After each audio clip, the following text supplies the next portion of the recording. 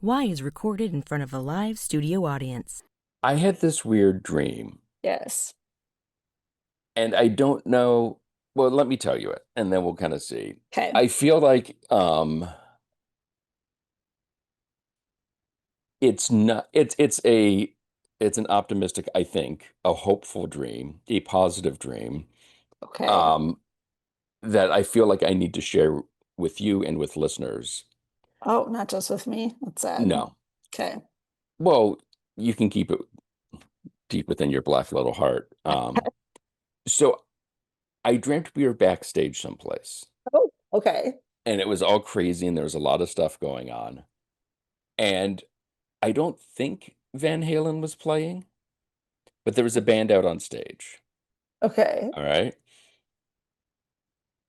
And then they're done and there's no one else. And I think we do some sort of introduction. Yes, we do. And then the Red Rocker himself comes out. Yes. Does he sing? No, he does not. Oh, The Red Rocker then introduces Diamond Dave, who comes out and performs.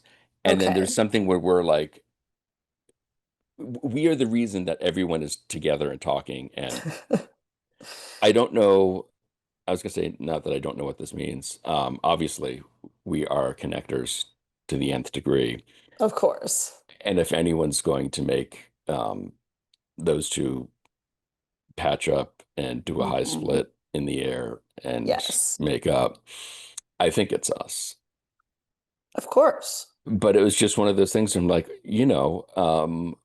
what's the line they quote in Big Lebowski? If you will it, it is no dream. Right. So perhaps this is one of those things that I we think it are, is. This is what we need to yes, um put on our vision board. mhm. And I saw Connie posted something that said that making things happen is 20% doing and 80% manifesting.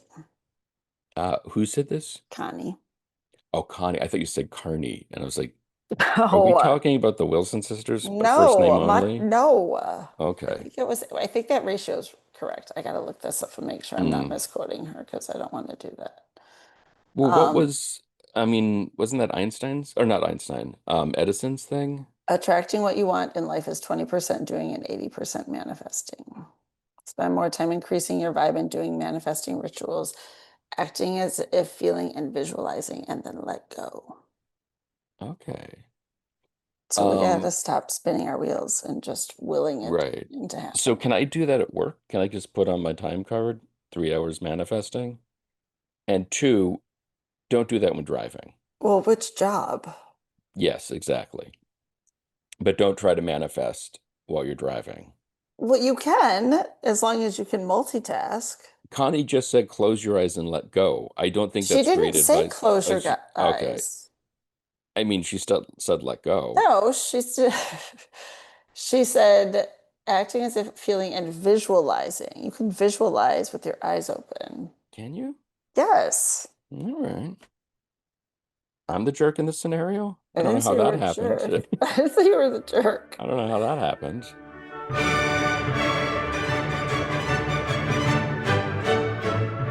This is Why, with your hosts, Heidi Hedquist and Luke Poling.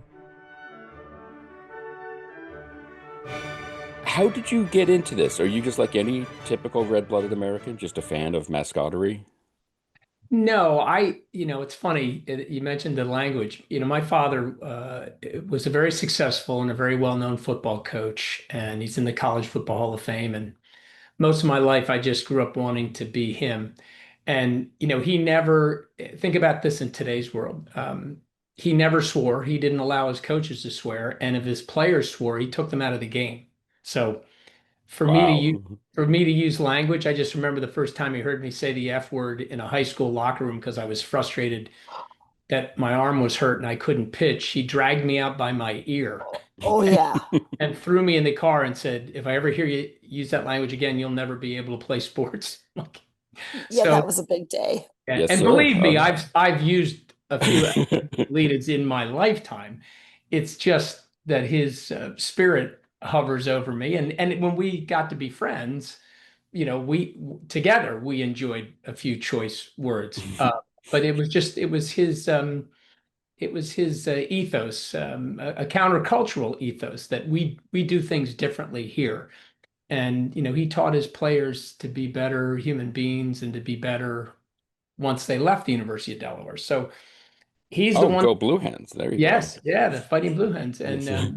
he's the one who suggested that instead of me following in his footsteps, where in that world I was walking into, there was no way I was going to stay at the same institution for 36 years. Well, he was there for almost 50 years, but he was a head coach for 36 years. And he said, I know the owners of the Phillies. They were very big supporters of the University of Delaware football. And one of the reasons why he came from Maine to Delaware was because the Carpenter family was supporting the university. And I went and got a 2-year summer internship, and I realized, holy crap, I could work for the Phillies. There was no, back then there was no sports marketing degree. You just became an intern and then hopefully got a job. And that's how it all started. And of course, I was a huge sports fan because of my dad's background, and sports was oxygen. It wasn't just, hey, it's a game. It was, we win and things are great. We lose and things are really awful. So fortunately, Dad won a lot more than he lost. That was a good part of it. But that's how it started. And I was the one low man on the totem pole. So when they came up with the idea and asked me to come back for another summer, I did whatever they asked me to do. So, and I showed up, and that's how the Fanatic started. So, are you allowed to? I know Disney characters or Disney employees are not allowed to say that they are Mickey, they are Minnie. They just have to say that they're a friend of Goofy. Correct.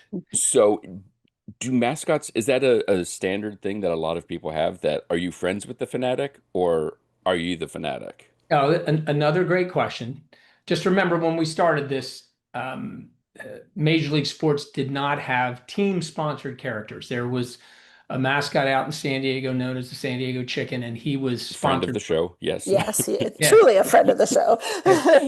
And Gianola started all of the concept of, hey, there's a character that could actually, in some cases, take over the game and entertain fans. And Bill Giles was on the cusp of always doing whatever we could do that would be serious silliness, to turn non-baseball fans into baseball fans, to draw them in and then fall in love with something else that was fun, and then recognize how much fun baseball could be. So, the Fanatic was sponsored by the Phillies. We didn't know what we were doing. So when we started it, and we were all, I mean, I should say, Mr. Giles, Bill Giles, my boss's boss, was ready to pull it if it wasn't working. So they didn't tell anybody. That the Fanatic just showed up. Bill had told me to make sure I was having a good time, make sure I was having fun, which was enlightened leadership at its absolute best. And the Fanatic started to right away get noticed positively by our crazy fans. And in the paper the next day after the first game, which was April 25th, 1978, we beat the Cubs, and our future Hall of Fame catcher, Tim McCarver, said, hey, we're 1-0 with the Fanatic. And we all saw the Fanatic's name in the paper. And we're like, oh my gosh, this is great. And then a local television show that was called PM Magazine started actually the whole genre of a lot of this, gossip talk show. They wanted to come in and do a story on the Fanatic. And we were so excited. We brought him in. They showed me taking my head off and drinking Gatorade, and I would say how bad it smelled in the costume. And then we were done. We were like, oh my gosh, this is awful. We can't do this anymore. And the next, after some debriefing, we said, well, we want the media to cover it, but from now on, David, you're the Fanatic's best friend.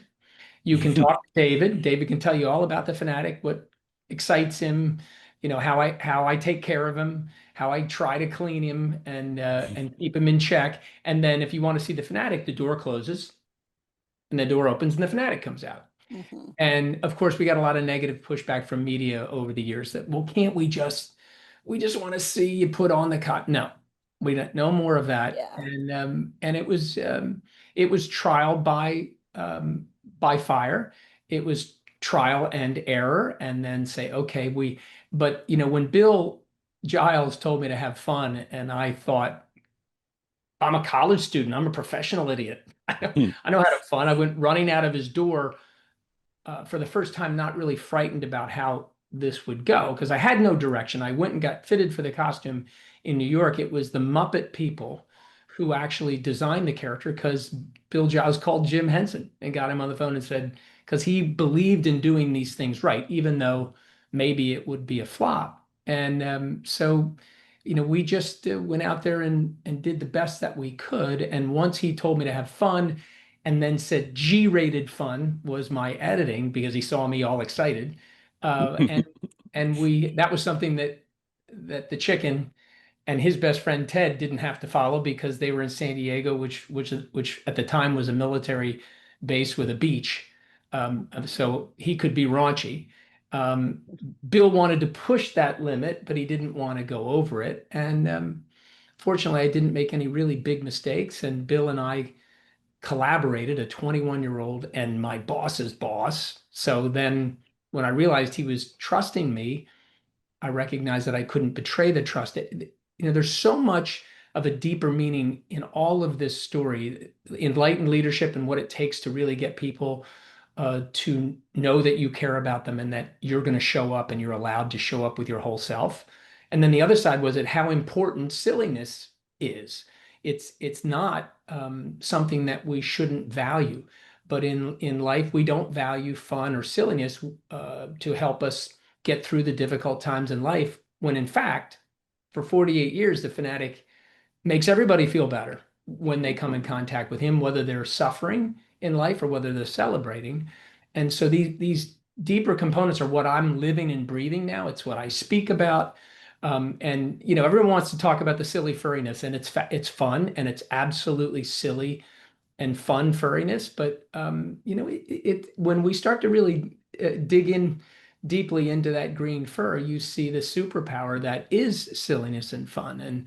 And so I always like to talk about the silliness, but make sure people realize that there's something really, really important going on. And for 48 years, and long after I'm gone, and Luke and you and Heidi, long after we're all gone, the Fanatic will still be in Philadelphia, spreading this powerful joy. That's so interesting. It's something we always talk about on the show, this idea of just spreading the joy of it and reveling in the silliness of some of these things. Um, to your mind, given your experience, what makes a good mascot? Obviously, the sense of humor, but are there other things that have to be there for folks to really latch on? Yeah, I mean, I think Disney and then Jim Henson understood how important it was to not just create a costume or a puppet. What they were doing was they were going to tell a story. So the story is so vitally important. When Disney went to his board of directors and said we're going to make a feature-length cartoon, they were saying no, that they weren't going to do it, that it was meant for an interstitial between, motion pictures, and it couldn't hold the audience's attention. And what Disney explained to them was, no, I'm going to have the audience care about these characters, whether they're cartoon or not. So you have to tell a story. It's got to be an authentic story. It has to connect with people. It has to have your history intertwined with the city and the culture. It has to have, benefactors, beneficiaries, villains, and saviors, and all of those things. And once you have that story down, then somebody who's great at sketching or illustrating can use that story or imagery for that type of creative person will bubble up into shapes and colors and forms. And then once that's done, the uniqueness of the character is important. So storytelling, a unique character, and then an amazingly talented performer. And I'm not patting myself on the back because I had no idea why I was good at this, but there in my backstory, we can chat a little bit about why I was so good at nonverbal performance. But you have to have a great performer, and then the organization must care for that character as if it was a living, breathing entity. And if you do those three things, so the storytelling, unique design, I guess it's four. Oops, I didn't do well in math. So it's the storytelling, it's the unique design, it's the performer, but then it's the care, because which is a great leadership technique anyway. When you tell your people or show your people that you care about them as human beings and not just as employees, they're going to show up for you and they're going to be loyal to you. So it's the same thing with this character. And those elements, and you name any character, whether it was Gritty, which we helped the Flyers create, or the Fanatic, which happened, so many years before, or any character in between that is successful, whether it's the Geico character or whether it's the Emu Limu and Doug. These characters have stories and they've got relationships, and the care is in continuing to tell that story as if it was a directive, an order that you could not change because truthfully the character has been born from that story. So there's things it will do, things that it loves to do, things that it's frightened of, things that it won't ever do. And then you just have to maintain that. And so how do you go from your friendship with the Fanatic, and you dropped a lot of names there, that Gritty, that all these people. We get it. You're a big deal. But how do you go from that to then creating? Wait, I need to bring my wife in here Yeah. because she'll be able to bring it down a little bit, but Just okay. pop that bubble. Just go with us. Well, but how do you take all of that and then say we need to create a space that honors all of these creatures or certain characters that have gone above and beyond what a good mascot does. These are great mascots and these are icons. Yeah. Well, And why is Gritty not first ballot? Let's be Oh, honest. stop. Okay, Come on. well, because we're authentic with we don't just in the beginning we just made it up, and the uncomfortable truth is we were just trying to promote the idea of how valuable mascots could be because we were in the business of creating mascots, and so it was really my employees that kept saying, I don't know if you remember the sausages in Milwaukee when one of them got whacked over the head with Randall Simon. Mhm. This became a huge news story. So it was a good friend of mine and one of my employees at the time, Chris Bruce, and an amazing character performer as well. He came and he said, "Hey, we should do something." So we marched on Philadelphia with a bunch of mascots and we wrote a mascot bill of rights and we said no more mascot abuse and we're here to make you happy and We fans should demand to be love taken us. seriously. Sure. Yeah, Yeah. exactly. And we got so much media attention that the next year we did Where is the Love Tour based on the song that was so popular at the time. Amazing. And we had twice as many mascots. And then we had some national media that showed up. And that's when Chris said, we need to do a Mascot Hall of Fame. And I said, oh gosh, we're so busy, and I'm being an unenlightened leader, not listening to one of my people and seeing what success we had. And he finally convinced me and we went and did it. And we just said, okay, the Fanatic, the Phoenix Gorilla, and the Chicken, who couldn't argue with those three to be Right. the first ballot. And then after that, we realized people were arguing and yelling at us. I mean, Wilbon and Kornheiser from PTI. The only thing I can remember seeing was 5 minutes they argued why the Fanatic shouldn't be in there, why the Phoenix Gorilla should be, and they were yelling at each other. And all I could see was the Mascot Hall of Fame logo up there for almost 5 minutes. And I'm like, Perfect. Perfect. Yep. yeah, I don't care whether and you realize that this is what Hall of Fames and lists and all these polls end up driving interest because people Yeah. argue about it. But then we thought, okay, well, it's fine if they argue, but we want to have an answer. Just like, why does the character do that? Well, did you know in his backstory? So why did you induct these people? Okay, well, we have a process. So we built a really stringent process that still remains today. And we followed what Cooperstown does and some of the others. There's percentages, there's an executive committee vote, there is a popular vote. There is submissions to ask to be considered, and then there's a process to build the ballot. So it is really serious fun. And I've got very little to do with it other than the fact that I'm an executive committee member. I'm the founder, but I'm bound by the same rules, all of us are, in terms of who gets on the ballot and how the ballot was created and who gets inducted. So, we just inducted the 5 characters recently, and because we don't have a home anymore, which is a whole nother story, that has nothing to do with the lack of success of the place. It has to do with a big, gigantic oil company who wanted the land. And when you're a small town, you go, okay, Yeah. we'll change it, whatever you want. So this is the first year where we haven't had a home since 2018. And so we're going to the places, the home stadiums, the home arenas of the characters that were inducted, and we will have a ceremony there. They get a beautiful ring that highlights their induction. That's the gift they get, and they get to do it in front of their fans because before Awesome. our place was built in Whiting, we were doing that. So we kind of defaulted back to what we're doing before. Kind of, we've got our fingers right on the ledge, hanging on now, and looking for potential for mobile units or another home.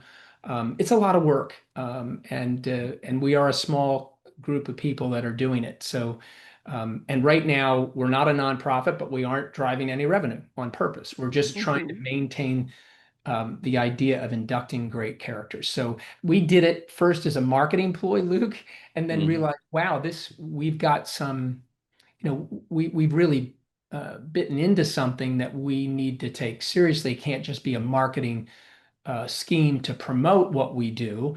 It should be fair. And that's what we've turned into many, many years later. So 2025 was the first, the three characters that were inducted just on a whim. And we were having live events in Philadelphia and getting a lot of people to come and go there. But it took so much time and money to produce those. We started going to the homes of the characters, and those were better because the fans actually get to see their character get inducted because they weren't flying to Philadelphia to see this induction ceremony. So, but we're very proud of it. It's a ton of work. I'm hoping that it will remain robust like it is today, and maybe find a home. But we don't want to have it in another small town that can't sustain it. Halls of Fames don't make money. Right. All of them, the ones that are sustained, like Cooperstown and Canton and Springfield, are because they have the leagues realize they're a vital element of celebrating their games and their players. So they support it financially. Well, we're kind of sitting in this outside little nebulous area where people love mascots, and there are organizations that have their own characters, but there needs to be a little bit more energy from the teams and the leagues to support something like the Mascot Hall of Fame, which is why I think they miss the opportunity to promote something that I think really is saving lives. Because as the fanatic, I've walked into a lot of hospital rooms where families were dealing with tragedies that you couldn't imagine, but when the fanatic would show up, it would be a celebration in those rooms. And then the parents would thank me when I left and said for giving us the best medicine we could have ever had. I mean, this is the type of value I'm trying to get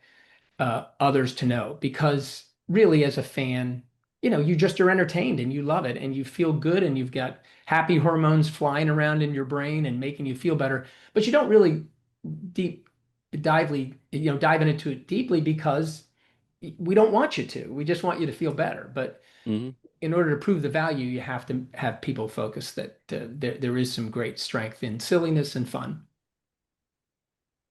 Yeah, silliness isn't very silly. Wow, that's a good one. I'm using that. No, it's true. It isn't. It's really important. It's imperative. It's a big deal. And I think, it's funny, Heidi, this is a universal truth that we all get. It's just like, if you said, hey, we get more bees with honey than we get with vinegar. So it's trite, old fashioned, probably your grandparents told you that. But what if people actually started tomorrow all over the world and made that the prime directive? We'd have a better place. So we get this. Internally, we know that fun's important. We know that silliness, but the business of life gets in the way. Big challenges come up and say, well, we can't be silly now, when really that is that's the grease that runs the engine of resilience, is to realize you got to take a break from it. You can't just wallow in it because it'll suck you dry and you won't survive. So I appreciate you saying that, Heidi, because we do get it. Our brains don't necessarily like it. Our brains are trying to keep us safe. But our brains we're in charge of, and so that we can modulate, the neuroplasticity is just us modulating how we want our brain to respond to things that are valuable to us. At the same time, we still want our brain there to keep us safe. So we don't want to turn that bias off. We just want to not have it on overdrive. That's when I'm sorry, you've got me going, so you just got to waver. No, No, I this love is this. good. This is perfect. I love I that we're having this serious a conversation about a creature that shoots hot dogs at people. It's Like, perfect, no though. notes. This and is has a Right. tongue and has a tongue that's like 14 inches long. I mean, come on. right. Yes, exactly. Yeah, I mean, you can whack people with your tongue. What a great thing in life. Yes. Someone's bugging you, just go boink, and it would be great. See? Yes. So there are some attributes that we all would like to acquire. But I was asked by a literary agent to put together a proposal for a book that I was calling Brilliant Stupidity.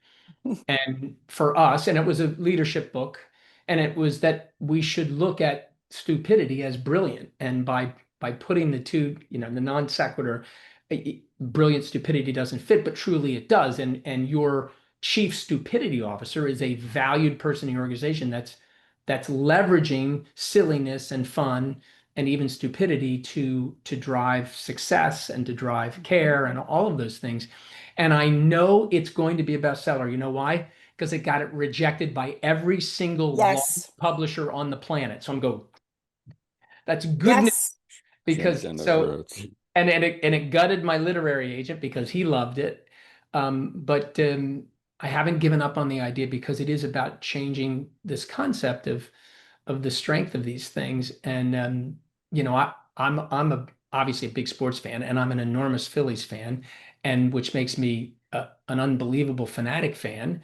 And every time I look at the Phanatic, I see a piece of me inside of him. And I had one son who grew up while I was the Phanatic's best friend, and I've had 3 children, including 2 daughters and a son, who've grown up just knowing the Phanatic the way we all know him. And what's been universal is all 4 of them have become insecure, neurotic Philadelphia fans. See? So all because of the Phanatic. Makes perfect sense. And you can't give up on the book, because we just interviewed the gentleman who wrote Who Framed Roger Rabbit, and he was telling his story of how it was rejected by how many publishers? 100 and something. It was insane. And then when it was finally picked up by this woman, who it was like, she only picked it up because she was allowed to do a passion project, because she'd had a bestseller, and then it wasn't read by that many people, but the people who happened to read it were, Robert Zemeckis and Steven Spielberg. It was the right people. And then look at what happened to that. And now it just is the perfect storm. It just has to be the right people and the right person. And in that case, those are great storytellers. Right. Yeah. When you're with literary agents I don't want to be flip. It's not that we can say it. Yeah. It's not that they don't understand great storytelling, but it's all about them making money with a story, and they don't want to take a chance on anything that isn't proven, which that means generate the same ideas over and over and over again until somebody sees, Who Framed Roger Rabbit and goes, wait a minute. Exactly. This is awesome. We can mix animated characters with live human actors, and it really broke a bunch of walls down. And then, of course, after that genre was probably beat to death, right? Until somebody comes up with something new. So I get it. I'm not investing. I'm investing time and energy in writing a book. They've got to finance it, and they got to pay up front for the success that it probably in most cases doesn't measure up. So I get it. But the bottom line is, if you get creative people to have a really strong voice, more things like this will get an opportunity. And exactly. I'm not worried about it. I'm just because part of what I've learned in the work I'm doing is positive psychology, and understand how, and also with a lot of faith that, the time will be right when the time's right. Precisely. Keep doing my thing and enjoying myself, and making sure my family is safe and happy, and that's all I think we could hope for. I agree. That's what we do, and it works. It just doesn't always work in the time frame we want it to. Correct. And then we realize, oh wow, what do you know? This was the right time. I'm hopeful. I'll come back to you when I'm on the bestseller list. We'll talk again. We'll talk again probably before that, but we'll talk then. Good. Because it might. We'll leave it at that. Yeah. Well, so I know Cooperstown, and I think every sport has this, where there's sort of the unwritten rules that people have about inducting someone into the Hall of Fame. A lot of sports writers for baseball believe first ballot, you should not get in. You have to wait a year, and only Babe Ruth or the Yeah. greatest of the greats get the pass. Everyone else needs to wait their turn. Um, do you or do other voters in the Mascot Hall of Fame have a similar sort of unwritten rule of like, if you're orange, you're not going in. I don't care who you are, or whatever it is. Oh, you are a Gritty fan. I love it, Luke. Oh, please. I He's mean, I'm not a As Flyers fan, but I'm a Gritty fan. Yeah, well, that's exactly why the Flyers love it. You could because you by default you're a tiny bit of a Flyers fan, and you know more about the Flyers than you would have known because of Gritty. Well, let me tell you the reason why Gritty was not a first ballot Hall of Famer was that the character has to be around successfully for 10 years. You're not even considered, you can't be considered unless you have been around for 10 years. And we picked that number because we started looking at these great characters. The chicken, the San Diego chicken, or I should say the famous chicken, so Ted knows that I know exactly the brand, Hmm. and the Phoenix gorilla and the Fanatic were all around longer than 10 years, which just proves number one, sustainability. It's been created to last. And that says a lot about the people that decided to build and design and develop that character, the performer that was working in it, how talented they were, the organization that maintained the authenticity of the storytelling. And those three organizations, and I mean, frankly, Ted's the best story and was the one I believe, and I've said many times, broke ground for the rest of these characters to thrive, was that he did it on a whim. The organization, the radio station didn't really care for the character. They just wanted anybody who could fit inside it. He happened to raise his hand.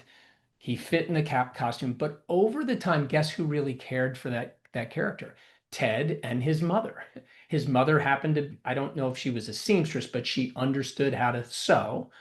And she kept making improvements on the character. So if you can go on YouTube, of course, and go see some of the really early pictures, and I wouldn't let my kids anywhere near that thing.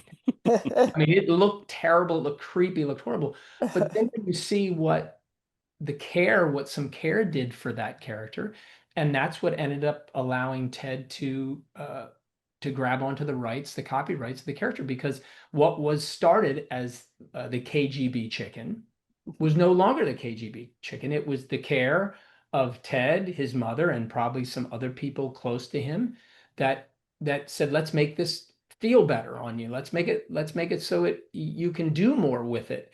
And he, like I did, learned how to be a performer with feet to the fire. And he was naturally talented and understood timing and comedy and all those things. And he just got better and better and better. So that was a path that Bill Giles was going to do naturally. He didn't need to learn from Ted how to do that. But what he was convinced was we can sponsor this as our character and make it last for a long time, as long as we can get through to our fans that this is the right character for them, which was the hardest hurdle to start with.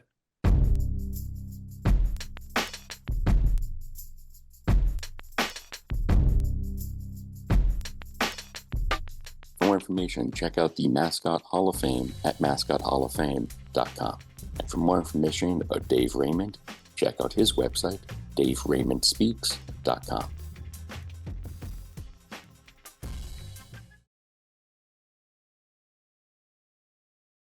Nigel, is that you? Are you here, Nigel?